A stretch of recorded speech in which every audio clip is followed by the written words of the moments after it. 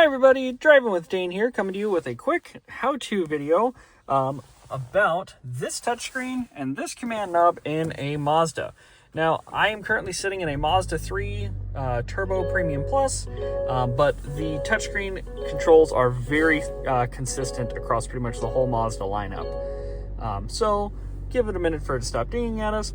Obviously, when you start the car up, you'll be greeted by this screen. This is kind of your home screen, very typical of what to expect in a Mazda. Now, big difference between Mazda and most other cars, you'll notice this is not a touchscreen and it's not really positioned to be one. So you control everything with this dial right here. Now, and there's a couple shortcut buttons around it. This little guy over here is just for volume. So right for up, left for down, and then push down to mute, push down again to unmute. This little star favorites radio stations. So when you're on a station you want in here, I'm going to show you how to get there. You push this, press and hold this star, you'll get a little beep, that'll favorite the station. So, first things first, this dial, turn right to go down, turn left to go up. It's a little bit tricky to get it come across on camera sometimes. Let's see if we can get it a little bit better. But anyway, you can see whichever one you're on will kind of get a little bit bigger. Now, another one I like to point out with this is navigation. Most Mazdas are nav capable. There's a little SD card that you can buy that goes in this little slot right here. Once you put it in the car, it is VIN locked to that car. It can't be taken out and put in another car. It does give you built-in navigation. So you can, when you push navigation, you can see push down this button like so for menu. Then you can add a destination, push down to select again. You can program preset addresses for home or work, and then pick, your different places of interest essentially. Now, let's say I want to get out of navigation. There's two ways to do it. I can push the back arrow, which will take me back one step, or the home button. The home button will always take me right back to this screen. If you push the home button again while you're on this screen, it'll actually make this just a clock. Again, a little bit tricky to get it to come across on camera. If I push any of these buttons, it'll bring it back to the normal display. So you can also get back to navigation with this little shortcut button here. That'll take you straight to nav, and then push the back arrow, take you back out.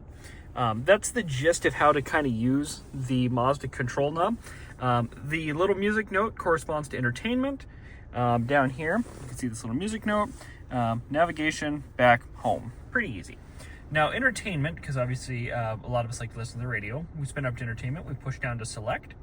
Now you can see what station you're on. I've got it muted right now, so there won't be any audio. Now, if I want to change stations, there's two ways to do it. If you have favorites set, you can use this double arrow like so. And then push down on source to switch between AM, FM, and Sirius XM, and Bluetooth. Right now we're on FM radio. These over here do volume as well, so volume up, volume down, push in the middle for mute. But that's option number one. Now, let's say you want to pick a new station. See if I can get this to focus again. Holy cow. So we're going to push the Mazda command knob down, and then we're going to get this menu. Now, in this menu, holy cow, I don't know why that's being so tricky. In this menu, you're going to see source list. That'll do AM, FM, Bluetooth, or Sirius XM. Favorites, which are your pre-favorited the stations you've already favorited, and station list. We're going to go to station list, so push down to select, and then you'll just get a list of all of the stations that basically the car is able to detect as of right now. Now, let's say your station isn't on there, so I hit the back arrow. You can go to tuner controls, and this is kind of like your seek function, seek forward or seek backwards. And then manual tuning is you can select an individual number essentially for your different radio stations.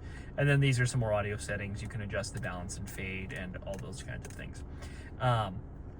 Hit the back arrow again, and we'll hit the back arrow one more time to come back to the home screen. We're going to go up to information. I'll show you kind of what's in here. This is a slightly different view between the different cars. Fuel efficiency monitor is exactly what it sounds like. As you can see, I'm not driving right now, so the current MPG isn't showing anything.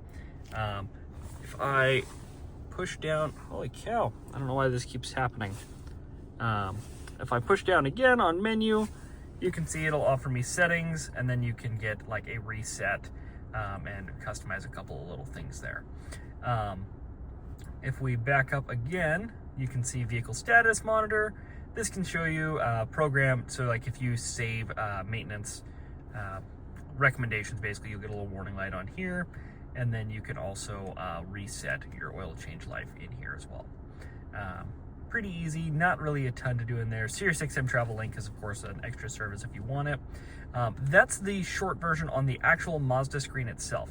Now, some of these are wireless Apple CarPlay and Android Auto capable, or wired Android Auto and Apple CarPlay. I'm going to try and figure out how to do a separate video on one of those, but that's the gist of how to use the Mazda command system.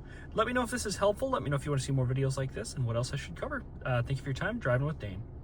Like and subscribe if you enjoyed.